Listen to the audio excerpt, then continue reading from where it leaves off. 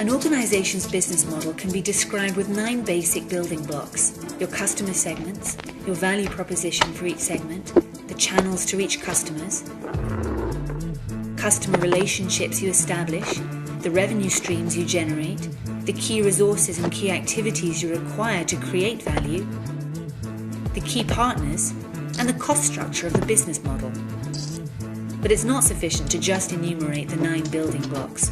What you really want to do is to map them out on a pre-structured canvas.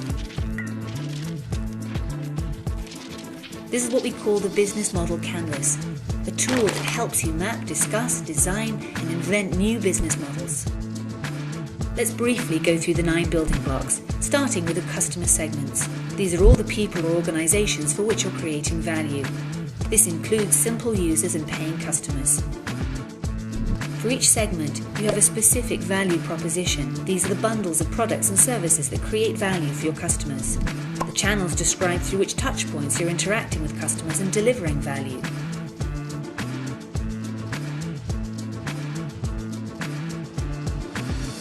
The customer relationships outline the type of relationship you're establishing with your customers. The revenue streams make clear how and through which pricing mechanisms your business model is capturing value. Then you need to describe the infrastructure to create, deliver, and capture value. The key resources show which assets are indispensable in your business model. The key activities show which things you really need to be able to perform well. The key partners show who can help you leverage your business model, since you won't own all key resources yourself, nor will you perform all key activities. Then once you understand your business model's infrastructure, you'll also have an idea of its cost structure. So with the Business Model Canvas, you can map out your entire business model in one image. This works for startup entrepreneurs just as well as for the most senior executives.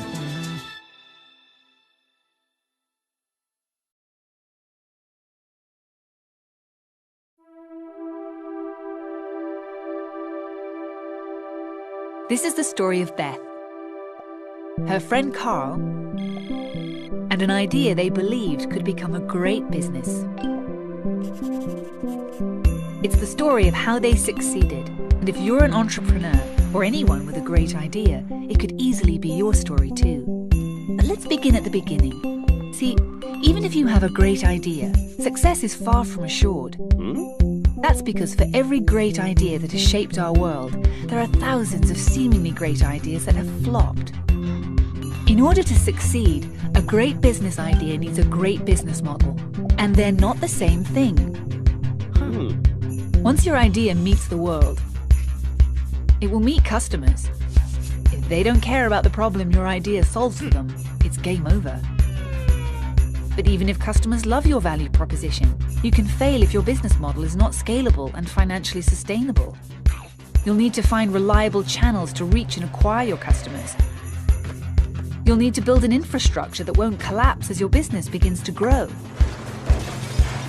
Failing to do just one of these things can mean death to your business, however great your idea is. That's why your first work is to search for the right business model, to map this world of challenges so it can be tamed and organized, allowing you to explore it, manage it, and plan for it. What if there was a tool that could help you with this challenge, simply and visually? A tool that makes it easier to stress test your ideas, track your progress, and avoid breaking the bank along the way. What if it was possible to design and test business models in a way that gives your idea a better shot at rising to the level of the great businesses that are shaping our world? It is, and though the journey for these guys, and for you, won't be a walk in the park, all you'll need is your creativity, willingness to work, and passion for your idea. We'll give you the rest.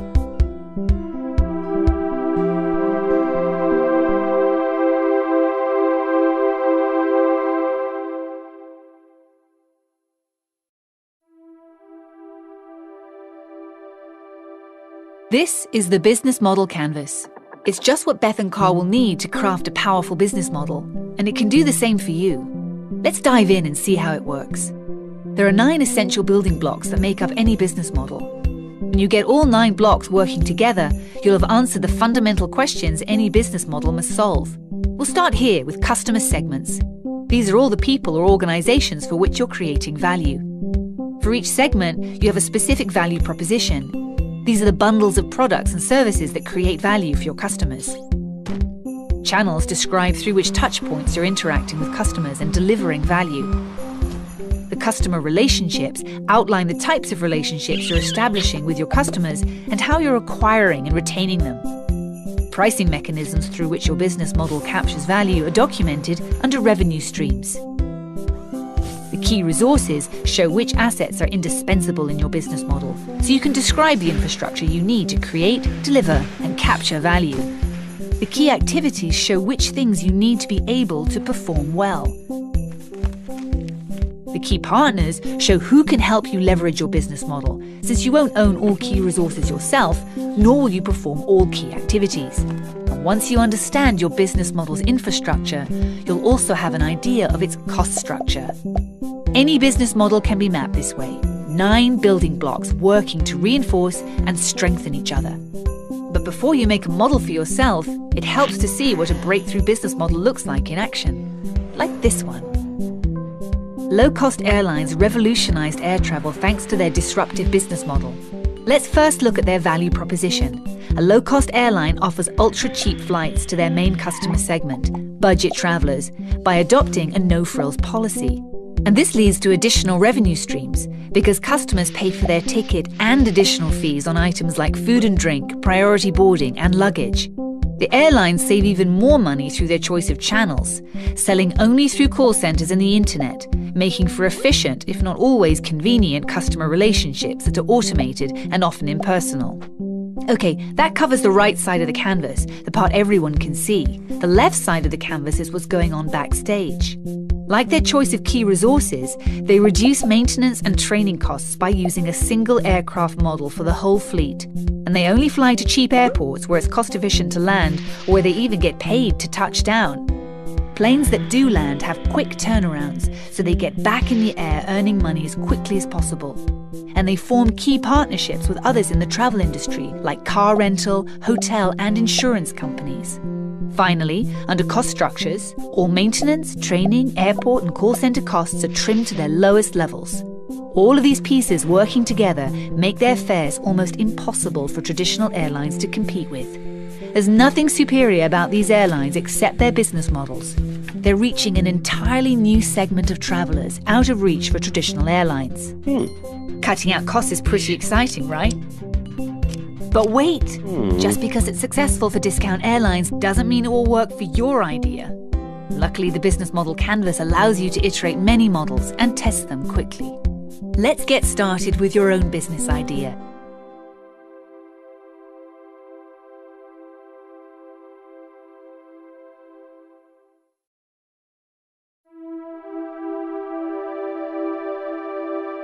You can think of a business model like a story of how your enterprise will create, deliver, and capture value.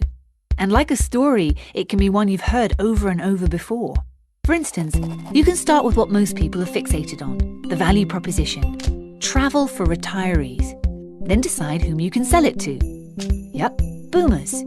Sketch in how you'll get it to them. Okay, a website. And how that will generate revenue. Sure, sales fees. You'll make it easy and automated. Next, you figure out what key resources you need to offer all that, like a reliable website and brand recognition. Carl's thinking his key activities will be marketing, website, and maintenance, and then partners will do the booking. And finally, where your costs will come from. Sales, marketing, platform development, all that will cost you. There you go, your first model. But don't expect a medal or a breakthrough. Predictable models can work, but rarely give you a competitive advantage, so don't fall in love with your first idea. To compete in a world where the best model wins, you'll need to think harder and explore alternatives. For example, prototype a model where you give away your value proposition for free. This will instantly change everything. You might not find this model realistic, but exploring it will force you to think hard about potential alternatives. As an entrepreneur, you're thinking of your model 24/7. Now you have a tool to structure your ideas as quick prototypes to consider with your team. Who knows, you might wind up with a disruptive model that changes an entire industry, like Skype with its freemium model, or Nespresso, which became a multi-billion-dollar business by locking customers into purchasing high-margin espresso capsules. In fact, understanding innovative or simply successful business models in other industries can be a great place to start getting to your breakthrough. There's no right or wrong way to do it, just 3 rules to start with. First, focus on the business model, not just your product, technology, or service.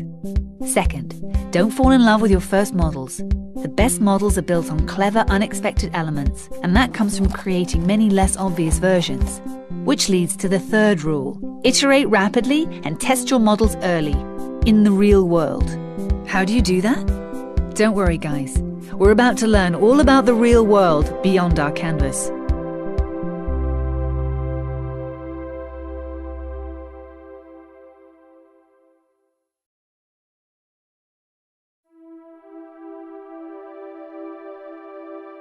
Remember the chaos your idea faced before you made the canvas? Well, you've tamed some of it by mapping the elements that are mostly within your control.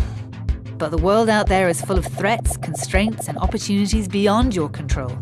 They create the environment in which you'll design and build your business model, and in which your business will fight for survival every day. Just because you can't control these factors doesn't mean you can't and shouldn't account for them in your model. Doing so will help prepare your model for threats, ready it for changing legal constraints, and prime it to jump on innovations. Let's see how mapping the environment will affect the Boomer travel agency model. On the right, you'll map market forces, everything related to the customer segments you've selected.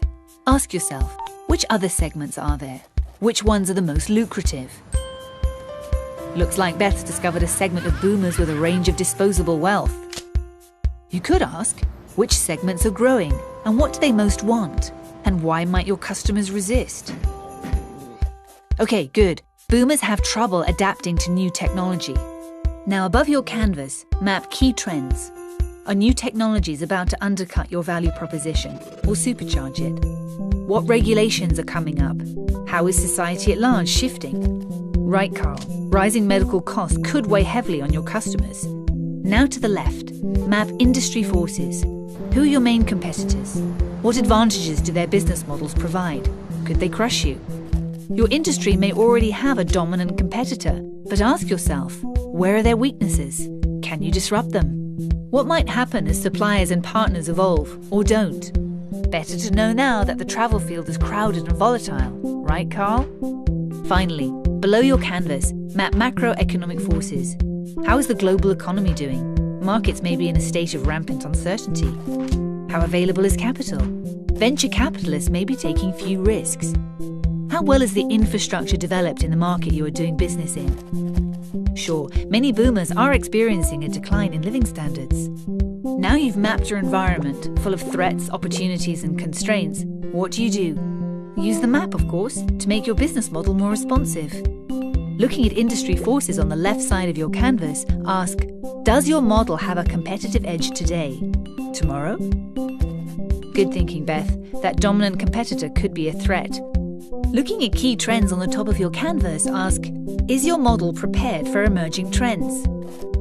Okay, if rising medical costs encourage overseas treatment, that could be an opportunity for your travel agency. On the right for market forces, is your model in line with evolving customer needs? Sure, if your customers are resistant to the internet, you're right to rethink delivery through a website. And below for macroeconomic forces, how will your model adjust to macroeconomic shifts? Yes, Beth. Unfortunately, travel is becoming a luxury that a growing number of your customers can't afford. But don't be overwhelmed by these elements. Asking and answering these questions will help make your business model better suited to its environment and that much more likely to succeed. Now you're ready to start testing your model in the real world.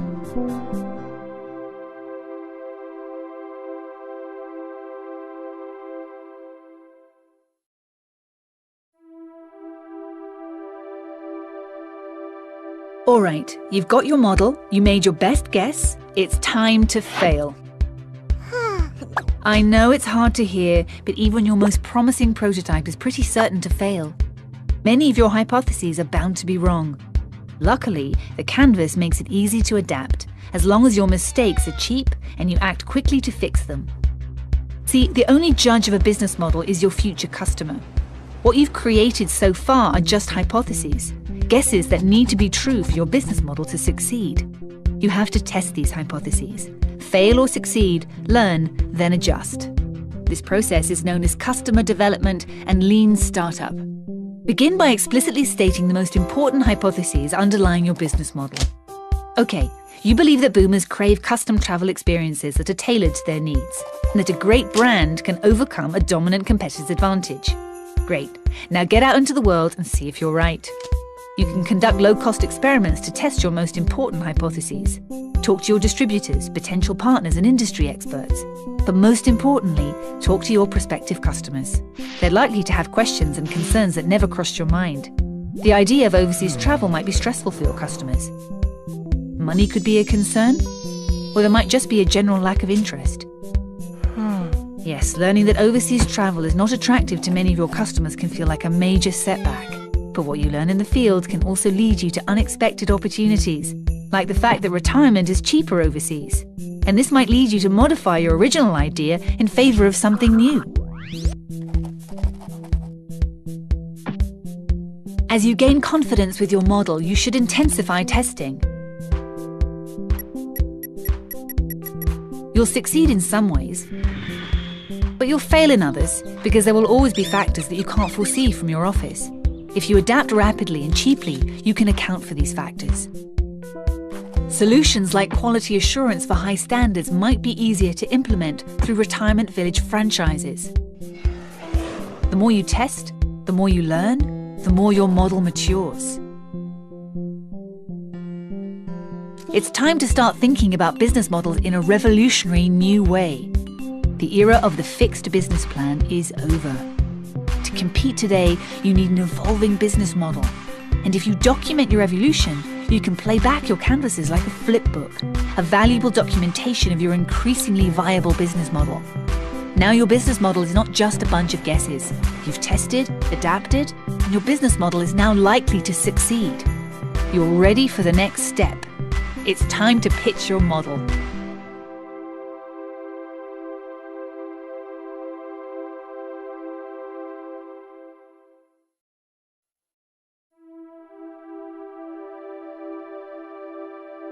You've done a lot of great work on your canvas, and the result is a business model that you're ready to pitch.